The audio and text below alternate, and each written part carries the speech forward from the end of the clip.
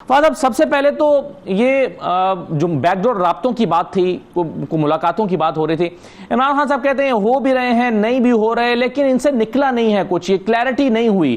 क्या डिमांड थी, कहां पर डेडलॉक हो गया? ये हमारी डिमांड तो बड़ी वाज़ेह है ना, हम तो सिर्फ चाहते हैं कि इलेक्शन हो और इलेक्शन जल्द से जल्द होने चाहिए।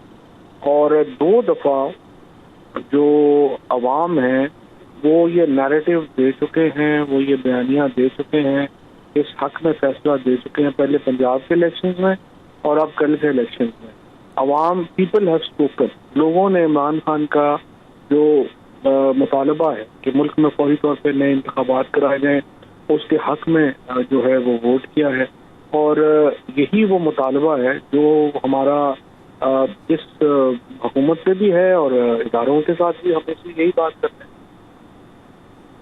फवाद साहब, अगर आपका एक ही मुतालबा है तो इसका मतलब है या तो वो माना जाएगा या वो नहीं माना जाएगा। ऐसा तो नहीं हो सकता कि जी कुछ मुज़ाकरात कामयाब हो गए, कुछ पहलू मुस्बत निकल आए, कुछ नहीं निकले। तो इसका मतलब है कि अगर अभी तक इलेक्शन का फैसला नहीं हुआ तो हम समझें कि उन मुलाकातों में कोई पेशरफ्त नहीं है। तो नहीं, ये कहना तो शायद दुरुस्त नहीं है कि कुछ पेशरफ्त नहीं है, लेकिन बहरहाल जैसे मुकम्मल पेशरफ्त है वो नहीं। अच्छा फवाद साहब, आप कह रहे हैं कि एक इलेक्शन का मुतालबा है, लेकिन एक मुतालबा कुछ अर्सा पहले इमरान खान साहब ने और भी किया था, और उन्होंने कहा था कि नया जो चीफ ऑफ आर्मी स्टाफ है वो नई हुकूमत आकर अपॉइंट करे। क्या इस मौजू पर भी मुलाकातों में बातचीत हुई है? ये वो जब इलेक्शन फौरी इलेक्शन का मुतालबा, वही बात आ गई ना। अगर इलेक्शन होने अभी तो उसमें वो चीज़ तो वैसे ही हो जाएगी। अगर आप 29 से पहले अगर आप असम्बलियाँ टूट जाती हैं तो फिर ये इंटरिम गवर्नमेंट तो ये नहीं कर सकती।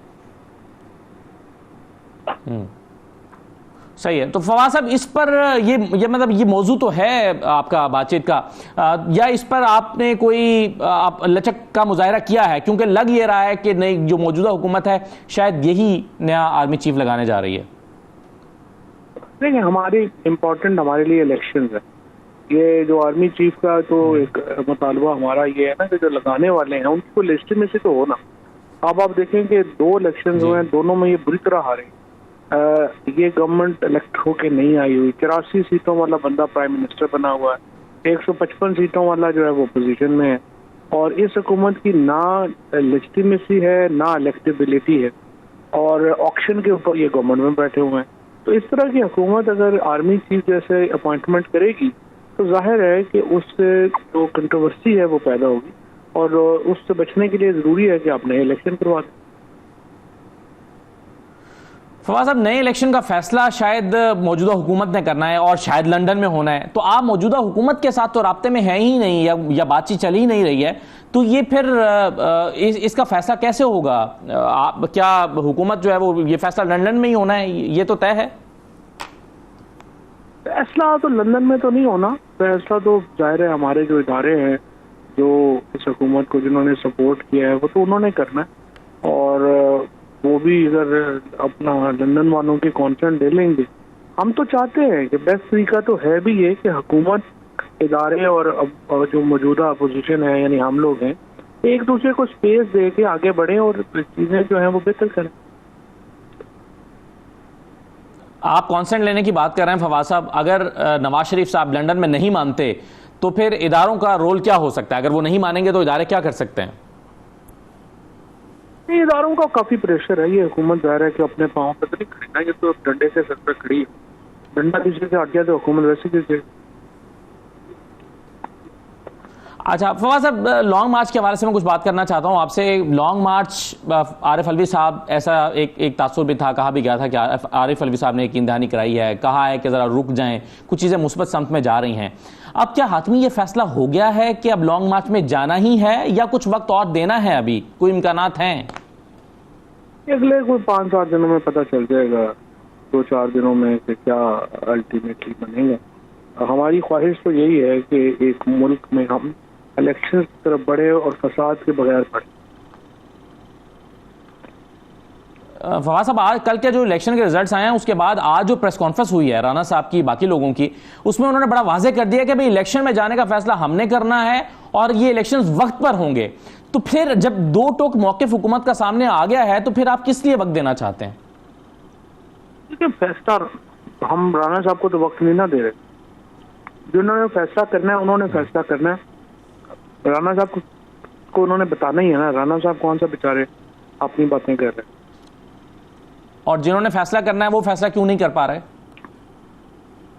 जाहिर है कॉम्प्लेक्स सिचुएशन, और कॉम्प्लेक्स सिचुएशन से निकलने के अपने अपने तरीके हैं, गुफ्तगू है, देखते हैं आगे कैसे बढ़ती है। अच्छा फवाद साहब, इलेक्शंस के हवाले से आपका जाहिर है आप इसको सेलिब्रेट कर रहे हैं, लेकिन दूसरी तरफ मुस्लिम लीग नून भी ये समझती है कि उनको शिकस्त नहीं हुई। वो कह रहे हैं कि जी हमें भी राणा सनाउल्लाह ने बल्कि कुछ सीटों पर तो कहा कि हमारा वोट बैंक बढ़ गया है, पंजाब की जो सीटें थी और उसके अलावा जो सूबाई असेंबली की सीटें, और उसके अलावा वो कह रहे हैं आपको अगर 5.5 लाख वोट मिला है तो हमें 5.25 लाख वोट मिला है, ये भी इंसानों ने ही वोट डाले हैं और ये वोट जो हैं ये भी मैटर करते हैं, कोई इतनी बड़ी आपका डिफरेंस के साथ विक्ट्री नहीं है। देखें पहली बात तो यह है कि ये कोई भी आप अपने शिकस्त को छुपाने के लिए, अवाम के फैसले से दौड़ने के लिए आप इस तरह की अहमकाना बातें कर लें, आपकी मर्जी है। अदरवाइज तो आप देखें कि इन्होंने सब लोगों ने मिल के सोचा कि ये सबसे कमजोर सीटें हैं, इनके ऊपर हम इलेक्शन करा देंगे, हम जीत जाएंगे और हमारी स्ट्रेंथ बन जाएगी, हो जाएगा, वो हो जाएगा। वो इनके मुंह पे पड़ी। अब बजाय इसके कि आप इस तरह की अहमकाना बातें करें और इस तरह जो है अवाम का जो फैसला है उसको इस तरह से आप मेंड करने की कोशिश करें, उसको इस तरह से आप तोड़ने मरोड़ने की कोशिश करें, उसके बजाय आप अवाम का फैसला तस्लीम करें और कहें कि जी हम हार गए हैं और अब हमें मुल्क के नए इलेक्शन की तरफ जाना चाहिए। नून लीग को तो शिकस्त हुई, लेकिन फवाद साहब पीपल्स पार्टी को शिकस्त नहीं हुई, तो आप समझते हैं कि पीपल्स पार्टी का ग्राफ बेहतर हुआ है, वो पॉपुलर हुए हैं, क्या हुआ? देखिए पीपल्स पार्टी को पॉपुलर नहीं हुए, पीपल्स पार्टी वाले बेशरम जरूर से ज्यादा हो गए। उसकी वजह है कि जिस तरह से ये मलीर में इलेक्शन जीते हैं, इनको तो मेरा ख्याल है शर्मिंदगी से बाहर ही नहीं आना चाहिए था। और जिस तरीके से इन्होंने अपने जुल्फकार अली भुट्टो का नाम के ऊपर जो है ये पार्टी चलाते हैं और इन्होंने हद ही कर दी है कि उनका नाम का बेड़ा ही गर्क कर दिया है जमहूरियत का, हर चीज़ का। और यहाँ पे मुल्तान में ऑब्वियसली डिफरेंट था। वहाँ पे जो पीटीआई का वोटर है उसने एक समझिए कि इस चीज़ को नहीं पसंद किया कि एक वरासती इलेक्शन को हम सपोर्ट करें। अदरवाइज जो है वो कराची में जो इलेक्शन है वो जिस तरह का हुआ उस तरह से तो फिर आप वैसे ही घर पे बैठे नॉमिनेट कर। तो फवाद साहब क्या आप सही समझते हैं कि एक ही खानदान में तीसरी बार या तीसरी शख्सियत को टिकट देना ये तरीके इंसाफ की गलती थी और लोगों ने इसको पसंद नहीं किया? लगता तो ऐसे ही है, लोगों ने शायद इसको एक्सेप्ट नहीं किया। क्या आपके पास कोई चॉइस थी इसके अलावा सर? चॉइस तो होती है, एक इतना बड़ा 5 लाख का है, चॉइस तो होती है। फवाद साहब क्या यही एक फैक्टर था जिसकी वजह से आप मुल्तान में इलेक्शन हारे हैं या किसी और तरीके से भी आप एनालाइज करते हैं इसको? मेरा ख्याल है मेन तो यही था, फिर स्ट्रेस था बड़ा, 3 इलेक्शन हो गए थे ऊपर नीचे और उससे भी एक मेरा ख्याल है उनको स्ट्रेस भी आ गया था शासन को। सही है फवाद साहब, ये कुछ हलकों में आपका टर्नआउट बहुत कम रहा, जैसे अगर चलें आप कहते हैं कि जी वहां पर ठप्पे लगे हैं मलीर में, लेकिन आपका वोटर भी तो बाहर नहीं निकला, 20% सिर्फ टर्नआउट रहा है। इसी तरह से पेशावर में आपका घर है, वो पेशावर आपका घर है, वहां पर भी 20% टर्नआउट रहा है, अगरचे वो सीट आप मार्जिन से जीते हैं लेकिन वोटर ज्यादा नहीं निकल सका। इसको आप कैसे देखते हैं, टर्नआउट क्यों कम रहा? पीटीआई का जितना मकबूल बयानिया है, जितने जलसे इमरान खान ने किए हैं, ये बहुत शायद कुछ हलकों में उतना लाउड होकर बाहर नहीं आया ये वोटर जितना आना चाहिए था। आ ही नहीं सकता था। 3 दफा तो इलेक्शन कमीशन ने इलेक्शन मुलतवी किए, इलेक्शन से एक दिन पहले इलेक्शन कमीशन फिर बैठ गया कि कल पता नहीं हम इलेक्शन कराएं या ना कराएं। जो ओवरऑल माहौल रखा हुकूमत ने वो तो बिल्कुल यही था कि इलेक्शन नहीं होने, वो तो हमने ऑलमोस्ट जबरदस्ती इलेक्शन करवाए हैं। तो फिर ये वो टर्नआउट जो भी हुआ है ये भी गनीमत है जो हो गया, अदरवाइज जो इन्होंने हशर नशर किया था उसमें कैसे जो है वो टर्नआउट हो सकता। तो फवाद साहब इसके बावजूद आपके पास कोई ऑप्शन नहीं है और इमरान खान साहब ने आज भी ये इंटरव्यू में कहा है कि अगर मौजूदा चीफ इलेक्शन कमिश्नर ही रहते हैं तो भी हम इलेक्शन में जाएंगे, तो फिर इसी तरह का रिजल्ट अगर आपको जनरल इलेक्शन में मिलेगा तो क्या करेंगे? ये इलेक्शन को बाइकआउट तो आप नहीं ना कर सकती, पॉलिटिकल पार्टी के लिए बड़ा मुश्किल होता है इलेक्शन बाइकआउट करना, लेकिन खुद ही को शर्म याबी तो करनी होती है। उनको चाहिए तो खुद ही शर्म करें। एक सबसे बड़ी पार्टी जो सबसे ज्यादा एक यहाँ पे सबसे बड़ी पार्टी है वो जब कह रही है कि आप ऐसे तहत इलेक्शन नहीं हो सकते तो आप हट जाए, दूसरों को मौका दें।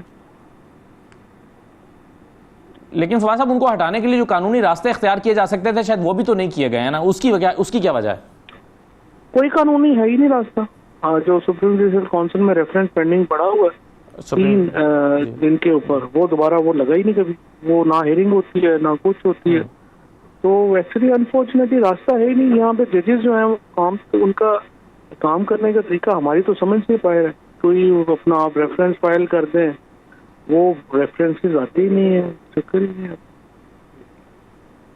साहब, आपने कहा कि 4-5 दिन में लॉन्ग मार्च का फैसला होगा, लेकिन वो क्या फैक्टर्स हैं जो फैसला करेंगे कि लॉन्ग मार्च में हमने जाना है या नहीं जाना है, या कब जाना है? क्योंकि हुकूमत तो वाजे है कि उसने अर्ली इलेक्शंस में नहीं जाना। तो आप 4-5 दिन में कौन से फैक्टर्स से फैसला करेंगे कि आप लॉन्ग मार्च में जा रहे हैं? एक ही फैक्टर है। फैक्टर ये है कि ये हुकूमत जो है ये अपना ऐलान कर दे कि हम इलेक्शन जो है वो कराएंगे, और इलेक्शन कराएंगे तो फिर जाहिर है कि हम लॉन्ग मार्च जो है नहीं होगा।